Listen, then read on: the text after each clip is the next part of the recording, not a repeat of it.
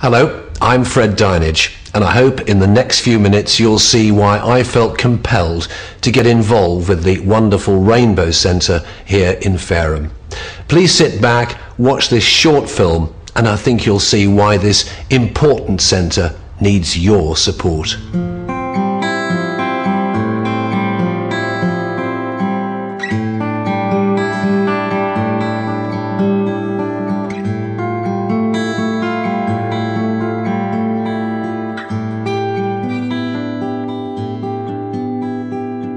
The Rainbow Centre achieves minor miracles every day.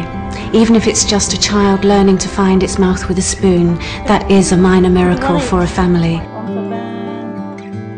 I knew he was trapped inside, and it was a way, how do I get him out? How do I free him from this body? And this is what we've achieved here. You know, we freed him from this little cage. It's not a cage, he's free. He can move, he can talk.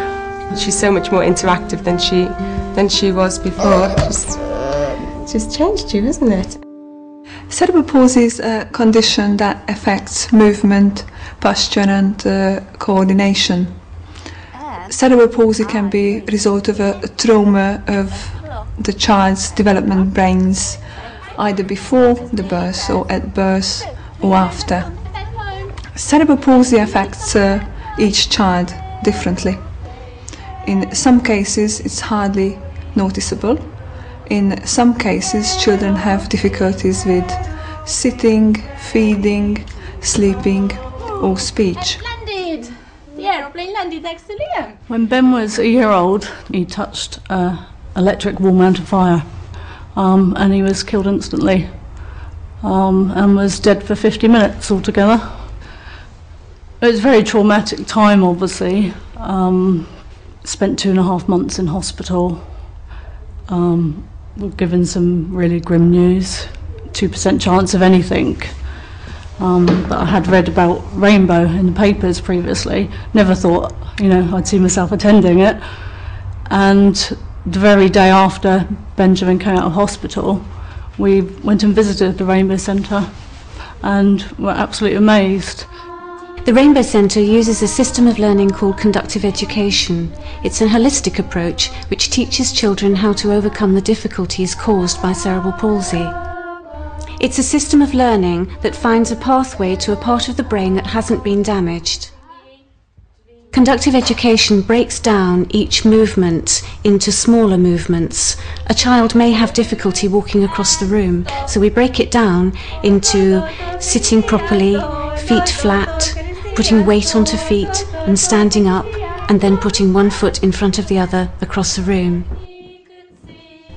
And like learning to play the piano or riding a bicycle, they're not skills that you have when you're born, but if you practice every day, having been shown how to do it, it becomes second nature, so you don't even think about doing it. Ben was completely still, tight-fisted, tight-armed, head right back. You know, it was just basically written off.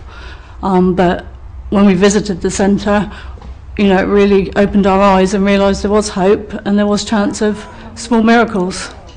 Conductive education helps the child find new ways of achieving its goals and ultimately achieving greater independence. It not only aims to improve their movements, but it includes their physical, intellectual, social and emotional development. It transforms the whole child. He's moving, he's communicating, he's happy, he's got a sense of humour. He can use his hands, which he couldn't do before, they were completely fisted. He can release them, pick up things. It's completely transformed his life and ours, obviously. Now he's saying words or maybe small sentences. He's very happy to say at the register, yes, I'm here. And he's also learned the name of the days now. And our favourite is when he says Tuesday, because he said it in such a lovely way.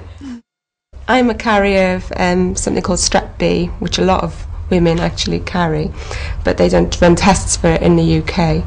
And it meant that I had a perfectly healthy pregnancy, but on delivery she contracted this bacteria and she contracted meningitis. It turned into meningitis for her. Isabel is a very happy little girl, but she was just happy to sit back and look at other people doing different things, and she was happy just to sit down and observe the world go by.